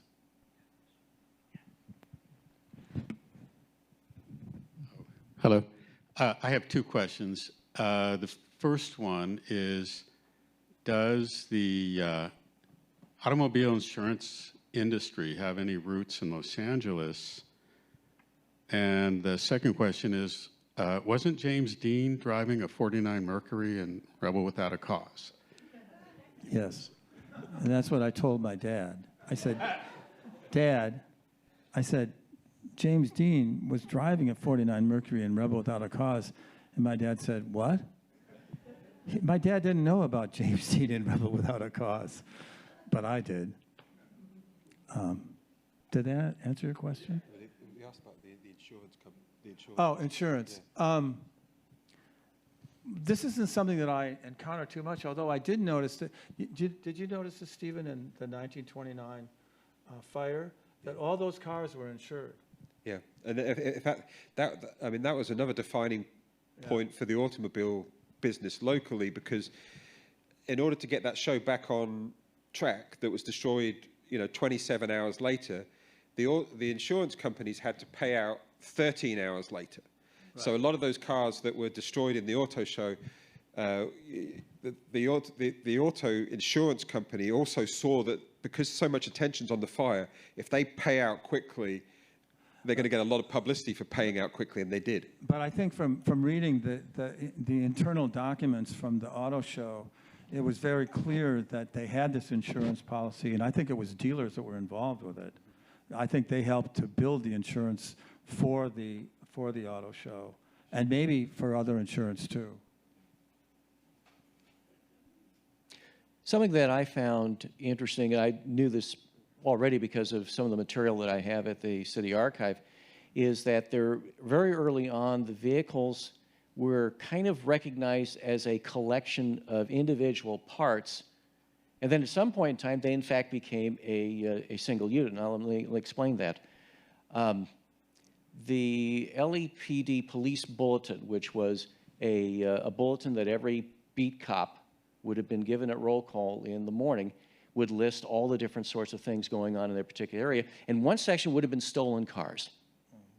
And the interesting thing is, very early on, I don't know when the transition took place, but they would describe the vehicle. They would say it was a 1909 something, but it would list an engine number and sometimes a battery number or a speedometer number. In other words, they would kind of have a couple of interesting serial numbers of different parts, as opposed to, what was the license plate? And there was, I guess it was a point in time when license plates were not part of it. Registration number was not part of the equation. But, just to me, that would beg the question, all right, your car gets stolen. Okay, and what was the serial number on the speedometer? And if anyone, if you don't know the number of your speedometer, well, we'll sit here and wait while you go out to the parking lot and check and come on back. It's just kind of odd. I've never really heard that before, but I mean, it's possible. And what it does point out, though, the second part of what you said, is we didn't have in the state of California a regulatory system that lined all this stuff up and said what you had to do, had VIN numbers that everybody knew, had this, had that, all the complexity that we have nowadays. And that's the thing that Sybil Giri worked on, that first bill in 1913. It was, every few years it would be upgraded, and, but that was the first one. Okay. Another question from the floor? Yeah. You mentioned in the 1920s something like 120 different makes of automobiles being sold in Los Angeles. My question is, were there any companies manufacturing cars anywhere in California? And who were they? I think the Los Angeles Auto Company. I mean, there was a few in Los Angeles. Like Duro Car was made in Los Angeles. I mean, they employed about 250 people. I mean, in 1913, Henry Ford invested $500,000 building a factory at 7th Santa Fe, I think it is. that could produce like 10,000 cars a year.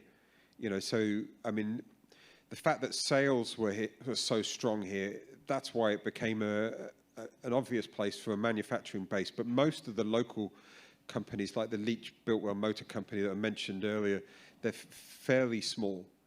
But it did, you know, Willys Overland gets here in the 20s. The biggest Chrysler factory in the country, I think, was here at one point. So by the 1930s, it's a really massive car production base. Yeah, the real manufacturing comes to LA later. And then as I mentioned earlier, the first automakers were really assemblers. They weren't really using factory production, you know, or that type of, or even interchangeable parts necessarily when they started. It was all kind of, you know, throwing them together.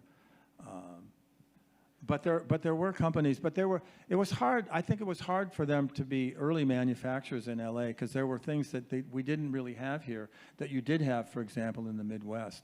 You were closer to steel, you were closer to rubber, you were closer to a lot of the things that you needed to have in components for a car. You also had a very large group of skilled mechanics and people who had been involved in a lot of industrial work and were really interested in the car and were ready to go to work for it. So some of those things you really didn't have in LA, which is maybe why coming up from the merchandising side was even more important here. You know, when you had a factory in Detroit, even if it was a small factory, you could take care of customers that lived nearby. But if they lived in California, that's a long ways away. But if you ever want to see one, I think the Natural History Museum have they have the tourist car, or they have it's on display all the time. And they also, I mean, not on display. They in their storage facility, which they're hoping to open up at some point. They have a Duro car which was made in LA. They have about 35 or 40 or 50. I don't know how many cars they have. They have the cars that they gave to the Peterson Museum. Peterson Museum gave a lot of them back because they didn't have room for them. The Natural History Museum has a huge amount of really nice cars, and that's why we did our release of our book at the new facility that Stephen mentioned in Vernon. It's not open to the public yet, but it will be. Okay, I think we've got time for one more question from the floor, so go ahead. Hi. So the gentleman was asking about insurance, and you all answered based on thinking about insurance from the standpoint of the property owned by the dealers. What about insurance from the standpoint of the consumer who drives the car? That's one question. Two, were there many women that were employed early on in sales of cars since there was this early taking on of driving of women here in Southern California? Southern California had the largest number of women who were driving early on. We looked really hard to find when the first female dealer in Los Angeles happened, and there was I mean, the first female dealer in the country was in New York. She basically her husband died, she took over the business. The car manufacturer didn't want her to have the business, but she legally challenged it and was allowed to control the business. We looked really hard to try and find a female dealer in Los Angeles in this period, 1900 to 1930. Couldn't find one. I mean, the most prominent female dealer in the Pacific Coast during that period was in San Francisco, and you know, she should have a book written about her, just her story. It was remarkable how she managed to hang in there. But no, it's a very much a male-dominated industry. Yeah, and sometimes, you know, you would find a story in a newspaper about a woman who was really making a lot of headway in this area, and then you try to follow up and you couldn't find anything more about it. So we were very interested in finding, but we weren't able to find any. And Michael, let's take one last question here. Okay. Well, the insurance company built up around the same time as the credit in cars. It's a way of just getting people in cars and maintaining that position. So, I mean, it's it's something that's fairly sort of spotty up to 1920, but after 1920, it's much more common. Yeah, that's probably it about insurance. It doesn't really pick up for customers to buy insurance for their cars until later, and then it becomes mandatory. We would have loved to have found a prominent female dealer in that time period. It would have been a fantastic addition to this book, but it's kind of a statement about the times that there wasn't one, you know. And the fact that the dealer that I mentioned in San Francisco was such a big deal because she was the only one on the West Coast. Michael, let's do one last question. Okay. Hi. I've always found it very peculiar that the garages are so small, built back then, hence my house, 1928, and the cars were so large, and I was wondering if you could just speak to that point. Well, all the cars weren't that large. There were smaller ones, and some of the really big ones, the big touring ones, and that, you know, were a lot larger. But I mean, I think a lot of the garages, if you're talking about garages where the people had, do you talk about the garage that residential people had? Okay, that's because they were for horses. And they weren't very big. I mean, I think that's the answer. I mean, unless they were built. They started to, now when cars became much more prevalent, they started to build garages specifically for cars. But before that, they were, whatever garage they had, they would use. But also it depends on what house you're talking about. If you're talking about E.L. Cord's house, for example, it was massive and massive cars. You know, I mean, if you lived in a regular family home, then you probably had a fairly small car. So I mean, it's not as if there were no houses. You know, if you had a big house and big cars, you could afford to do it. I mean, I guess it just depends on how much money you had back then. I mean, there's no general rule. I get what you're getting at, and I agree with you. But I don't know if it's maybe as standardized as I'd like to think it was. Now, since this particular book doesn't really use the larger collections that you would say, the Ford Foundation, for example, or the General Motors, or the Chrysler document collections, wherever they're stashed, wherever they're housed. You're dealing with smaller brands, more obscure brands, and also more people-based, person-based information that generally may kind of fall between the cracks of some of these larger corporate archives. How what did you do to have to find the material that you had? Where'd you go find it, and what did you miss, or what do you think you missed that you couldn't put in the book? Well, the OEMs, or the manufacturers, we call the OEMs. The manufacturers don't really have a lot of that information that we're talking about, because it wasn't really what they were concerned about. What they were concerned about is how to make cars that were actually reliable, and how to make them more cheaply that they could reach a broader audience. They weren't really concerned about all these other things. And the dealers were private. They were private. They were family-owned. They were private. And I talked to dealers that were like third, fourth generation dealers who are blown away when they hear about the things that their great-grandparents were doing in the industry, because they never knew that.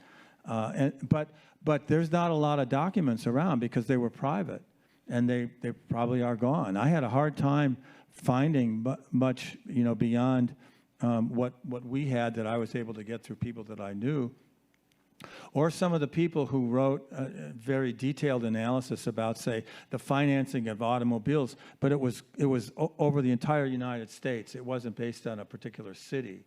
So it was useful in telling you about the larger picture, but you had to go in. I had to go in to find this kind of local documentation in order to have any of the stories that you have in the book. Okay, I'll give you sort of. Let me just interrupt you there for a second, Stephen. This is probably a good time for Larry to get the microphone set up for your little musical performance in a minute. Okay, Stephen, go ahead, please. One example is we tried to find information about Earl C. Anthony, for example. And all the obvious sources didn't have anything, so we started going to all the different car clubs You know, do you know anybody that knows anything about it? Then we started going to the car museums. Do you know anybody that knows anything about it? And we ended up finding out from one of the Packard clubs that there was a guy who in the 1970s, I think, had become friends with a couple of people who had worked for Earl C. Anthony, had kept all of his stuff, and he'd taken it with him, and he now lives in Kentucky. You know, so that's kind of an example of how hard you had to look to find some of this stuff. But, you know, once you track him down, you know, he has boxes and boxes of stuff. He told me some fascinating things about Earl C. Anthony. You know, for example, that he lobbied hard to get the Dodgers to come to Los Angeles. He gave away the addresses of the council members who opposed the Dodgers coming to Los Angeles on air on KFI, and as a way of trying to convince them. You know, when he started KFI TV, he had a show where he had 4 women that sat and talked about politics. Well, they do that today. It's The View, you know, and he was doing it 20, 40 years ago or something, you know. So the guy was an incredible innovator, you know, but in terms of an archive resource, it disappeared from the world. Great, thank you. Well, thank you for all coming out. We do have a special treat. I think this is the first musical performance that we've had at the Marie Northrop Series, at least during my time anyway. So I'm looking forward to this. And so I'm going to turn this back over to Darryl, and Stephen's going to go out and set up for books. And so enjoy, everybody. So here's a story about a 1950 Chevrolet. You know, when I came down and to help out my father-in-law when he was ill, and I was asking a lot of questions, and I said, "What's underneath? What is that over there? It's covered up. What car is that?"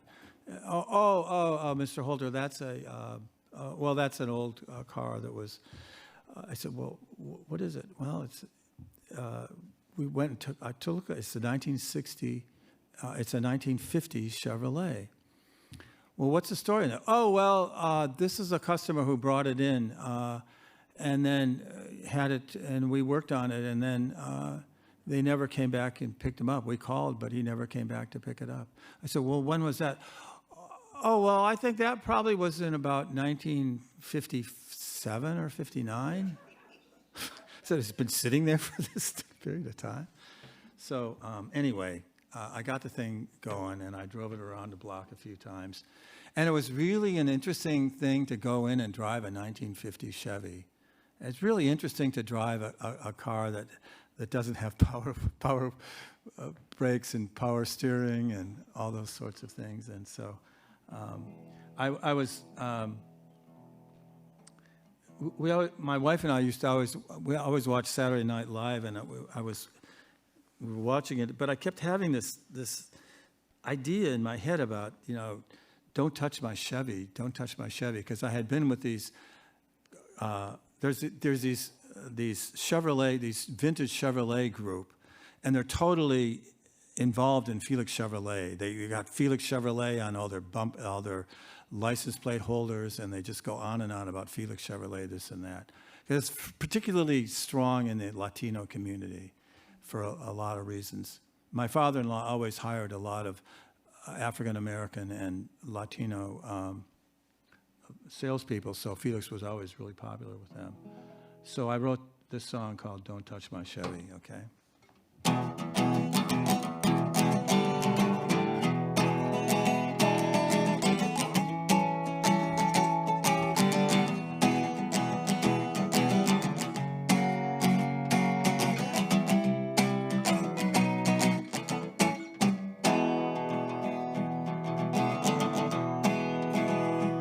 Well, you can borrow $10 now and then, I hope I get it back. And you can take my fancy cowboy boots and my Stetson hat. Yeah, but there's one place where I draw the line, and I never give an inch. If you don't want the scene to get heavy, don't touch my Chevy. Don't touch my Chevy. Don't touch my Chevy.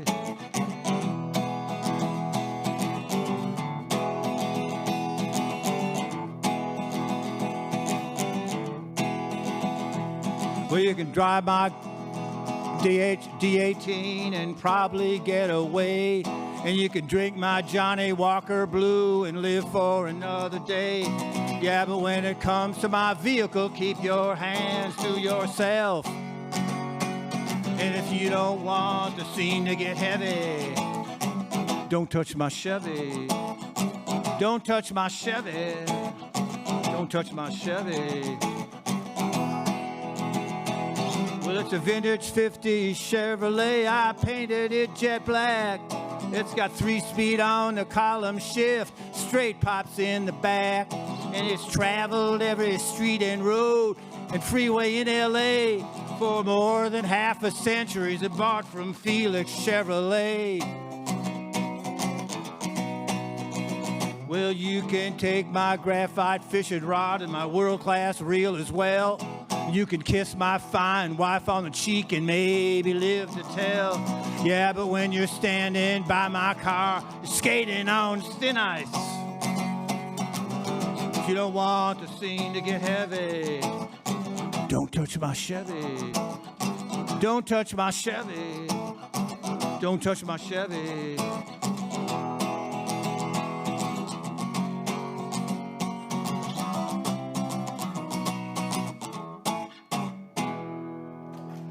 There you go. Thank you, everybody. We'll have books out in the lobby, so we'll see you out there in a minute. One last thought.